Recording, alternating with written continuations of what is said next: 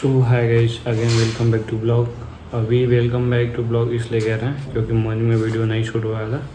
तो आज ऑफिस भी नहीं गए थे, आज घर पे कुछ काम था, इसी रीजन से ऑफिस से लिए थे छुट्टी। तो आज ऑफिस पे भी नहीं गए थे और घर का काम पूरे दिन निपटाए हुए हैं। तो वहाँ से आए हैं तो आते ही सो गए हैं और मॉर्निंग में वीडियो नहीं शूट कर पाए इस। तो खैर अभी सो के उठ चुके हैं। अभी सो के उठने के बाद से हाथ मुँह धुले, हाथ मुँह धुलने के बाद से थोड़ा बहुत केले वेले खाए हैं। केले वेले खा के अभी लोअर टी शर्ट पहन के रेडी हो चुके हैं जिम जाने के लिए।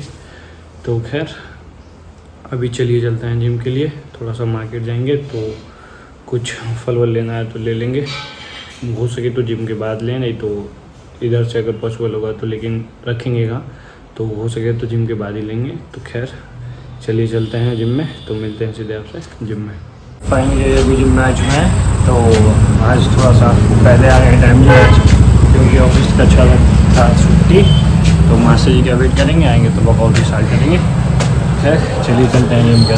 सो भाई आज है मंडे, तो मंडे के अकॉर्डिंग जिम में घुसते ही लगाया पुशअप के भी 2 सेट लगाया और दोनों सेट में 20-20 रेपुटेशन, ताकि चेस्ट वार्म अप हो जाए। वार्म अप होने के बाद से सीधा हम लोग चले गए फ्लैट बेंच पे जाने के बाद से वेट और हर एक सेट के बाद बढ़ाते हैं। ये लास्ट सेट है और लास्ट सेट में 40 kg के आसपास आप लोग देख सकते हैं कि वेट है उसमें। और लास्ट सेट के कंप्लीट होने के बाद से जब ये कंप्लीट हो गया तो फिर इंक्लाइन बेंच प्रेस पे चले गए और उसमें भी सेम वेट वैसे और स्टेप बाय स्टेप बढ़ाते हैं।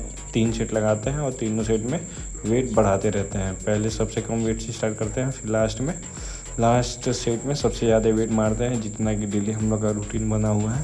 तो आप लोग देख सकते हैं। तो अभी आ गए हैं इन डिक्लाइन बेंच प्रेस पे मुझसे वेट ज़्यादा लगता नहीं है, लेकिन फिर भी 20 kg के आसपास लास्ट सेट लेके जाते हैं, ताकि 20 kg तीनों सेट में लास्ट सेट में लेके जाते हैं।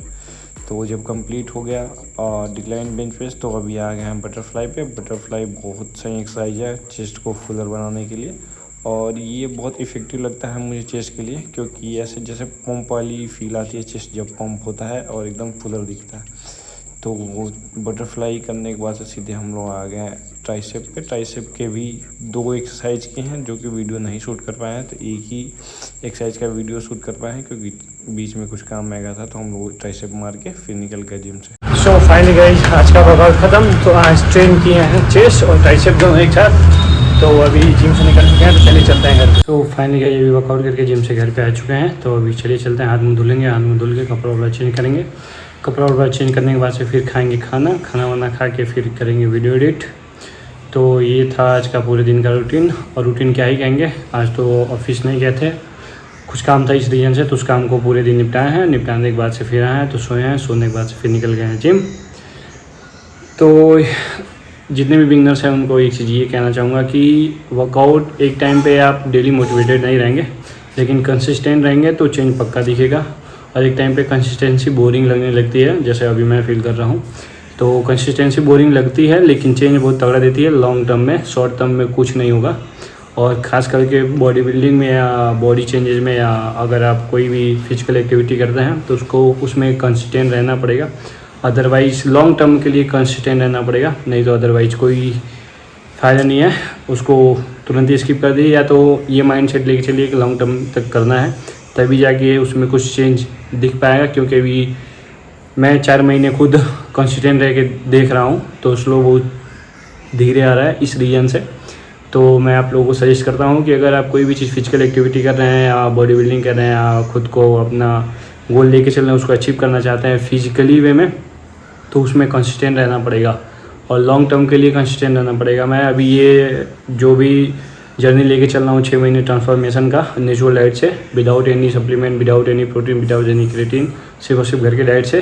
तो इससे चेंजेस बहुत स्लो दिख रहे हैं। और ऐसा नहीं है कि चेंजेस नहीं हो रहे हैं, चेंजेस हो रहे हैं, क्योंकि कंसिस्टेंट हैं हम, और 4 महीने हो गया लगातार कंसिस्टेंट वर्कआउट करते हुए, तो चेंजेस दिख रहा है।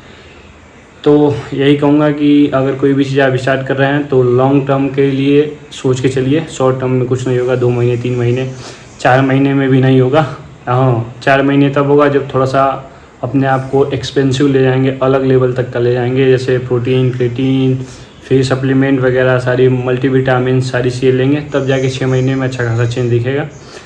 अच्छा खासा क्या, नॉर्मल चेंज दिखेगा। अगर एक इंसान पूरी तरीके से फिट नहीं है, एकदम ऐसे बॉडी फैट उसका लटका हुआ है, कहीं मसल मास का कहीं वो नहीं है, बाइसेप एकदम ढीला सा है, तो उसको तो टाइम लगेगा, पक्का 1 साल लगने वाला है मेरे अकॉर्डिंग। तो मैं जितने भी बिगनर्स को कहूँगा कि जितने भी बिगनर्स हैं और जितने भी फिजिकल एक्टिविटी कर रहे हैं उनको यही कहूँगा, सजेस्ट करूँगा कि कोई भी चीज़ लेके चलिए, लॉन्ग टर्म के लिए लेके चलिए। अदरवाइज़ लॉन्ग टर्म के लिए नहीं करेंगे तो उसमें कोई चेंजेस नहीं दिखेगा और अपने गोल को भी नहीं अचीव कर पाएंगे। और बाद में चल के अगर 2 महीने भी आप कंटिन्यू कर रहे हैं तो उसको छोड़ देते हैं तो आप 2 महीने फिर पीछे हो गए और बाकी लोगों से तो पीछे हो ही गए। तो यही कहूँगा कि कंसिस्टेंट रहिए, तभी जाके चेंजेस होगा, ये 100% श्योर है। आप जितने भी इन्फ्लुएंसर्स हैं उनका वीडियो देखिएगा, उनका यही सजेशन रहता है कि अगर आप बॉडी चेंज कर रहे हैं, नेचुरली चेंज कर रहे हैं, कोई भी चीज़ चेंज कर रहे हैं, अगर बॉडी भी चेंजेस लाना चाहते हैं तो लॉन्ग टर्म के लिए कंसिस्टेंट रहना पड़ेगा। शॉर्ट टर्म में कुछ नहीं रखा है और ना ही कुछ होगा, और ना ही आप एक तो स्टार्ट करेंगे आप और डिमोटिवेट हो जाएंगे। तो मैं यही कहूँगा कि कोई भी चीज़ अगर लेके चलिए तो माइंड मेकअप पहले कर लीजिए कि इसको लॉन्ग टर्म तक लेके चलना है, तभी जाके चेंजेस दिखेगा। तो खैर, तो ये था आज का पूरे दिन का रूटीन। तो चलिए चलते हैं, ब्लॉग यहीं पे करते हैं ख़त्म।